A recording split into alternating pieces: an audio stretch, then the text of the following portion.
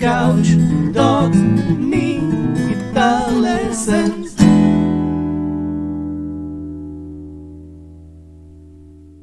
Okay, so if you're ready, let's jump right into the lesson. So, start with a D chord, just a normal D chord. And then you lift a finger off of the E string and play the open E string. And you get this. Okay, you want to keep the chords ringing. Then you play a G chord. Okay, but you only put on 2 fingers on the 3rd fret of both E strings. Okay, both G notes. So you have a finger free to play 2 on the E string. So it's this. Okay, again, the chord still ringing. Then 3 on the 2nd string. And then another D chord, and you play strings 3 and 4. Okay, and that's the first phrase. D, G, D.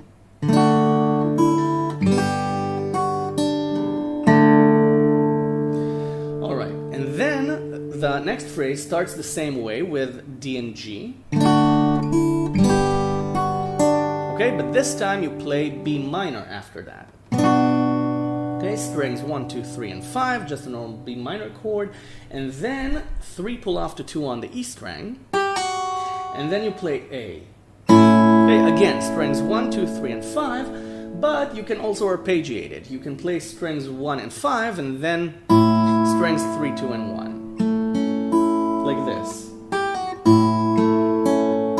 Okay, just to vary. You can also arpeggiate the B minor chord. Okay, you can do anything you like with this. I'm just teaching you the basics. You make your own arrangement. Also, after you're finished with the first phrase, I told you to put the D chord on because you have space there and you can fill that space any way you like. Okay, or just short arpeggio. Okay, so the second phrase was D, G, B minor, A. Now we're playing E minor. You can put the chord on, but you can just play strings 1, 2, 3, and 6. Okay, and then 4 on the 2nd string. I play it with my pinky because that way I'm more comfortable changing into F sharp.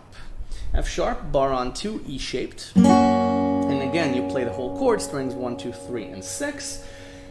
So that's why I play the 4 on the 2nd string with my pinky. Okay, because then I'm positioned to make the transition without letting go of the note prematurely. So then after you play F sharp, you play 5, 2 on the 2nd string using your pinky. Because you want to keep the chord ringing. Okay, so you got it? E minor, F sharp. Now you play B minor at 11. Now before you get scared because of the fancy name, it's just B minor without the bar. Okay, so it's B minor with an open E string. That's all it is. And that's B minor at 11. So never be afraid of a fancy chord name because usually it's just one note moving around. So B minor, just lift the bar, keep the finger on the 5th string. But you have an open E string. So you play strings 1, 2, 3, and 5. Okay, what a beautiful chord. A minor at 11 chord. And then the 2nd string. Just the 2nd string. On 3, it's inside the chord. Then you play an A chord again, and you play strings 2, 3, and 5. Then you play 3 on the 2nd string. Okay, we're almost done with the verse. Then you play G, but only put on a finger on 3 on the bass because you need a kind of a lower pitched, darker G chord, so you just play strings 2, 3, 4, and 6. Okay, without the cheerful high G note. So just a dark, lower G chord. And then 3 on the 2nd string, open E string, 3 on the 2nd string again, while the G chord is ringing. Okay? And then, for the final chord of the verse, D. And if you want to get fancy, play the D chord while you hammer on 0 to 2 on the E string. Okay, just for a fancy embellishment sound. So, okay? Or, okay, a block chord works just as well. So that's the verse. D, G, D again, D, G, B, A, then E minor, F sharp, B minor at 11, A, G, D. And that's the verse for A Whole New World. Now for the chorus. You still have D on, and you play strings 1 and 3. Then on the same strings you play 3 and 4. Okay, 3 on the first string, 4 on the third.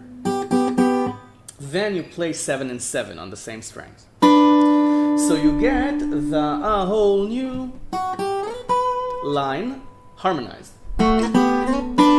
Okay, by sixths. I hate that word, sixths. So, got it? 2 and 2, 3 and 4, 7 and 7 on first and third strings. Then this A chord. Bar on 2 up to the 4th string. Then the pinky on 5 on the E string, and you play strings 1, 2, 3, and 5. And you have space to fill, so I play it like this. I play strings 1 and 5, and then I just arpeggiate the chord in any way I feel like it at the moment. Okay? And then it's 2 on the E string, so lift the pinky. Then you play a G chord, normal G chord, then 7 on the E string, and then this A. Okay, 5, 5, and 6 on strings 1, 2, and 3, so bar strings 1 and 2, put 6 on the third. And you play strings 1, 2, 3, and 5, or you can play strings 1, 3, and 5, because then you need to play the second string. Okay, 5 on the second string, so you can play the whole chord or just a sixth. Or, really doesn't make that much of a difference. I just wanna make you aware of the options. Then it's G again, then 2 on the E string, then it's D, and you pull off from 2 to 0 on the first string, and then play the second string on 3. So it's, okay, so, got it? So it's G, 2 on the E string, then D, pull off on E, 3 on the second string. And then you play this. 2 and 3 on strings 1 and 2 inside the D chord. Then on strings 1 and 2 again, 3 and 5, then 5 and 7. We harmonized with sixths before. Now we're harmonizing with thirds. Okay? So, and then it's this. Okay? Now this is kind of harmonizing a G chord, because this, a D shape on 7, 8, and 7 is a G chord. So I'm using the G string as a bass note here. And 8 on the second string for the harmony, and 9 and 7 on the E string as the melody. So that's outlining a G chord. So put on 8 and 9 on strings 2 and 1, okay? The first string on 9, second string on 8, like this. And when you isolate it, it doesn't sound that good. Okay, it sounds weird. But it's a melody, so okay, now it sounds right because it makes the transition into a G chord harmony.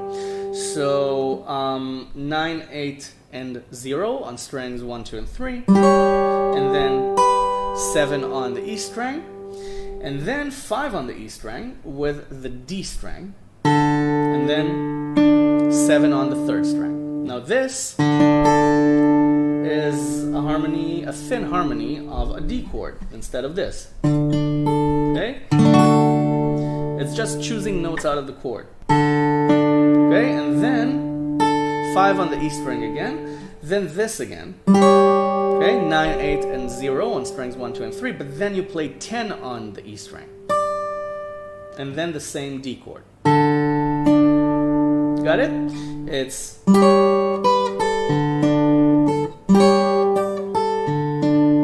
Right? The same move, G, D, G, D, but the first time it's 9, 7, 5, and the second time it's 9, 10, 5. Okay, so 9, 7, 5, 5 again, 9, 10, 5, right? G, D, G, D. And then we have two different endings. So let's play the chorus again and then learn the endings. Remember this, and then this A. Then 2, G, 7, and then this A. Remember?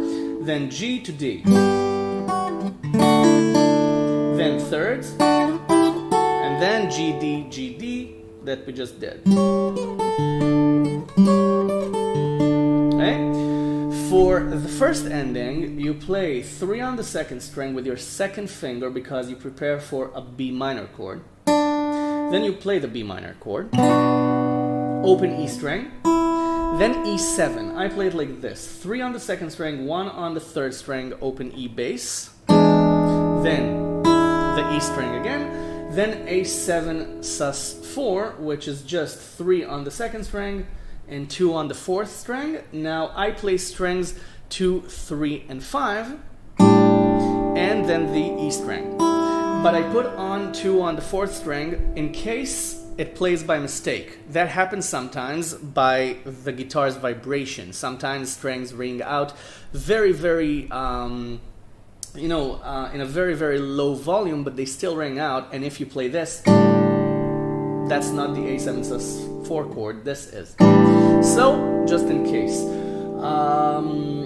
And that's the first ending. B minor, E7, A7 sus4. Okay, the second ending starts the same way with B minor and E7. And then you play C with 3 on the E string. Okay? And then 2 on the E string. Try to keep some of the C chords still ringing. Okay? The bass note at least. And then A7 sus4. The same way you did before. So the first ending is B minor, E7, A7 sus4. The second is B minor, E7, C, A7 sus4. The C gets pushed in there. So then for an ending or for a return to the beginning, you play D again and either start over or play my optional ending, which is this. Okay, I build a D chord on a G chord there at the end, just for an interesting sort of ending, but you can just end on D if you want. Okay, so you get this. D.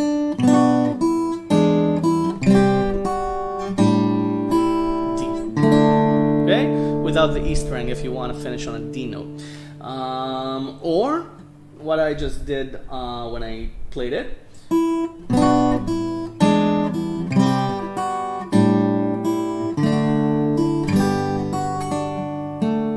Okay, now for this ending, you need to play G with this shape.